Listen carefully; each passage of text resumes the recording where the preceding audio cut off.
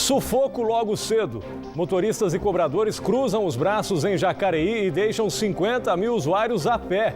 O protesto foi contra a circulação de micro-ônibus sem cobradores. Muita gente ficou sem trabalhar, muita gente precisava, as crianças precisavam ir para a escola, que pega o ônibus. Agora tá muito ruim, porque a gente pede serviço, pede chegar atrasado, ele não pode fazer nada. E aumenta ainda o passe. A paralisação terminou no final da manhã. Socorro que vem de Brasília.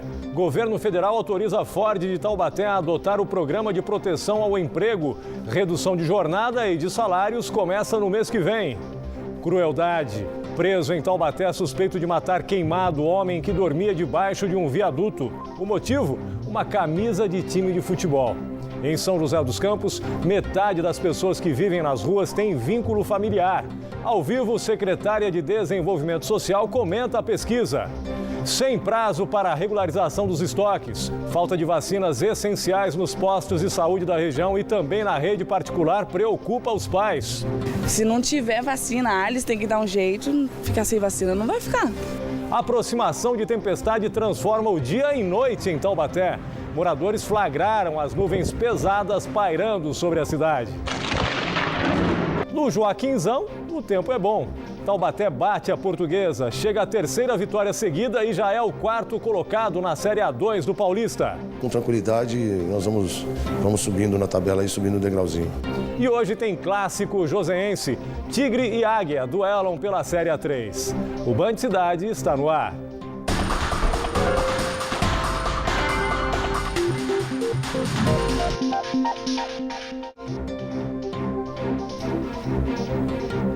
Boa noite. Notícia que acaba de chegar. Preso hoje à tarde um homem de 25 anos, suspeito de assassinar o garoto Leonardo de Jesus, de 6 anos, que havia desaparecido na quinta passada e cujo corpo foi encontrado em um terreno baldio no sábado em São Sebastião. Segundo a Polícia Civil, ele é primo da criança e foi linchado por moradores ontem à noite.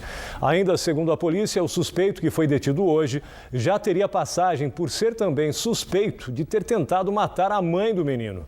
Ele está neste momento na delegacia de São Sebastião e deve ser transferido ainda hoje para o CDP de Caraguatatuba.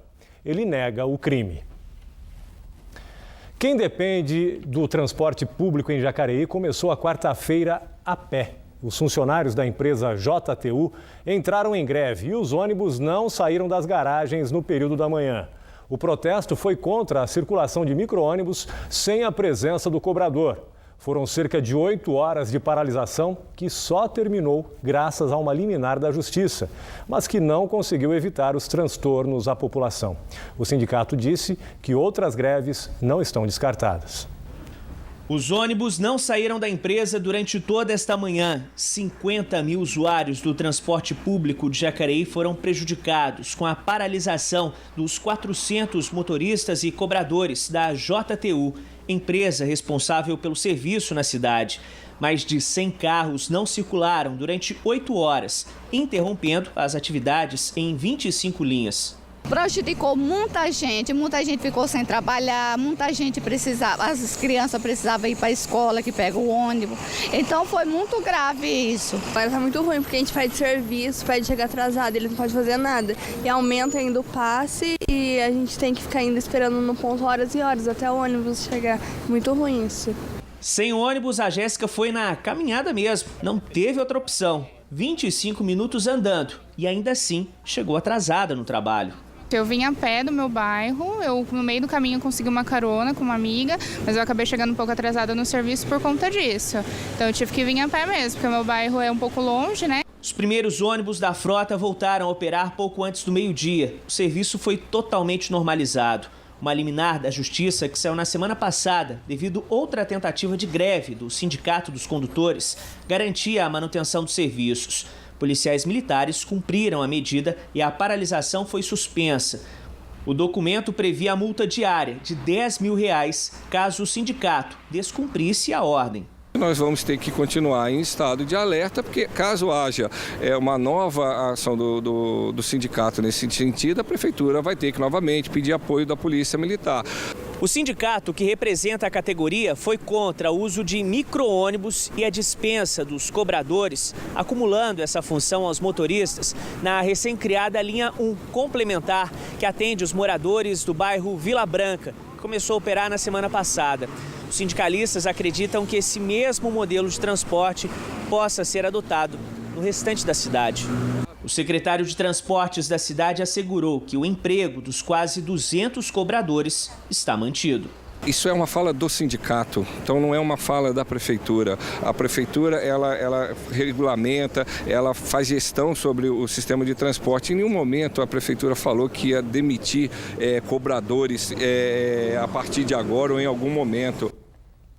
E os trabalhadores das 2 unidades da Tenares Confab de Pindamonhangaba fizeram uma paralisação hoje de manhã em protesto contra demissões.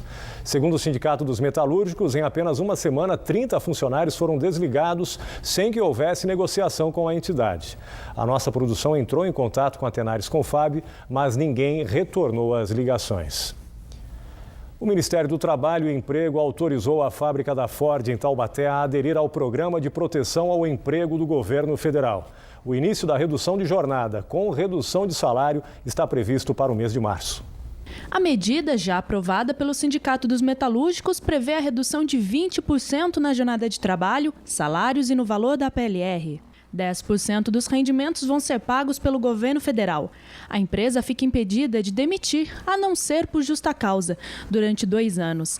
A unidade emprega cerca de 1.500 trabalhadores. Por meio de nota, a Ford informou que antes da adesão ao PPE, utilizou diversas ferramentas como férias coletivas, banco de horas e layoff, para adequar a produção e mão de obra à queda da demanda automotiva. Outras empresas da região já aderiram ao PPE. Desde o final do ano passado, o programa está em vigor na Volkswagen e na Gestamp, em Taubaté. E no mês passado foi a vez da Maxion de Cruzeiro. Essa é daquelas notícias desagradáveis da gente dar. Preso hoje de manhã em Taubaté o suspeito de atear fogo em um morador de rua. O crime aconteceu no dia 12 de fevereiro. Ele chegou a ser internado no hospital regional, mas morreu cerca de uma semana depois. E pasmem, em depoimento à polícia, o suspeito de 46 anos, que também é morador de rua, disse que a vítima havia queimado a camisa de futebol dele. Está sendo investigada a possibilidade da participação de outra pessoa. O homem vai permanecer preso por 30 dias até a conclusão do inquérito. Em São José dos Campos, a prefeitura realizou um censo sobre a população de rua e descobriu que mais da metade dos 355 entrevistados têm vínculos familiares. Homens são a maioria. Para falar sobre esse levantamento, nós recebemos aqui na bancada do Band Cidade a secretária de Desenvolvimento Social de São José dos Campos, Valéria Gonelli. Muito obrigado pela sua presença, uma boa noite para a senhora. Boa noite, Márcio. Qual que é o perfil desses moradores que, mesmo tendo contato com a família, preferem ficar nas ruas? E por que essas pessoas continuam morando na rua? Porque, boa noite a todos, né, os telespectadores aqui da Band. Na verdade é o seguinte, também um dado da pesquisa, o motivo da saída, né? O motivo de saída é desavenças familiares, o maior motivo da saída. E o segundo maior motivo é o uso, né, abusivo de álcool e outras drogas, né? Então isso é rotineiro, né? Então esse vínculo com a família às vezes não é com alguém da família, né? Ele tem ainda um vínculo, embora tênue, mas tem. Então, ele vai visitar de vez em quando. Então, tem uma tolerância ainda, né, de membros da família no acolhimento a essa pessoa, né?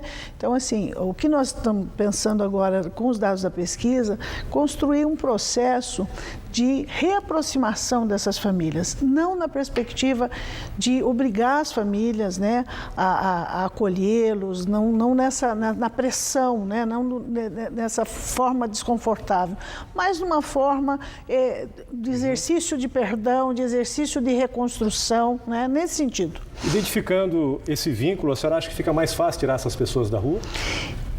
facilita, né? Quando a gente tem um histórico, eu trabalho há mais de 30 anos, né, na área da assistência social, e a gente trabalha com população de rua, porque esse é um fenômeno mundial, né?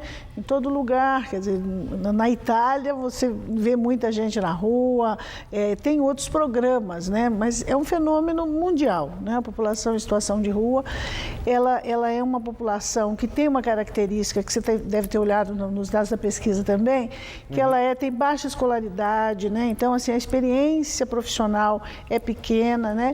E aí o desequilíbrio na lógica do vínculo vai construindo, do uso de coisas, vai construindo essa dificuldade. Agora, secretária, exemplo do que aconteceu em Taubaté. Os moradores de rua de São José dos Campos também são vítimas de violência e a Secretaria da Senhora tem algum projeto para garantir a segurança dessas pessoas, principalmente à noite? Nós temos, tanto que a pesquisa, né, nós temos um número pequeno de pessoas que ficam pernoite na rua, né? Nós temos um contingente bastante, não é imenso, mas um contingente de acolhimento, de vagas de acolhimento, né? Nós estamos com cerca de 140 vagas de acolhimento na cidade, isso garante proteção. Parte deles, pela pesquisa, a gente observou que também vão para casas de amigos, né? Na noite da pesquisa mesmo, a gente identificou que 70 permaneceriam na rua, né? Então tem onde eles ficarem, pelo menos. Isso, tem uma guarda. A gente não tem notícias de exposição, eles ficam expostos à violência, mas a gente não tem notícia de acontecimentos mais sérios. Não que isso não ocorra. A gente tem um programa na cidade, né, que garante 24 horas de acompanhamento, inclusive. Infelizmente, o nosso tempo é curto, né? Para encerrar a entrevista, quando a gente se depara com essas pessoas, moradores de rua, o que a gente deve fazer? Qual que é a forma que a gente deve, como ajudar essa população? Dar esmola não é recomendado, né? Não, é porque a população de rua, ela tem necessidades imediatas, por isso muitas vezes ela acaba fazendo essa abordagem, né, por conta do vício, né? Eu costumo dizer que a dignidade da população de rua é ter o dinheiro para manter o vício.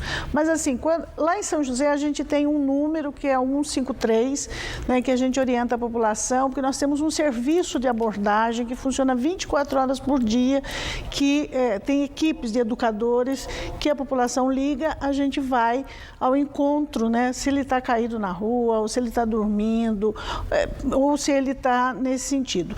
Mas o cidadão comum, eu costumo dizer assim, um olhar, um bom dia, um pouquinho de tempo para sentar e perguntar, né, por que está naquela condição, de onde ele veio, para onde ele vai, é uma gratidão muito grande para essa população. Às vezes as pessoas têm o impulso de dar dinheiro, dar a esmola, mas isso acaba incentivando a pessoa a continuar. Exatamente, porque ele acaba tendo o ganho dele na rua, né? Porque a população de rua já tem um traço de que ela sobrevive da rua, né? Então ela mora, ela ganha o pão de cada dia, ela come e dorme na rua, né? Então estimular isso é complicado. Secretária, muito obrigado pela sua presença aqui, uma boa noite para a senhora, viu? Obrigada a vocês. A seguir, olha, vacinas continuam em falta na rede pública e também em clínicas particulares. A gente volta já já.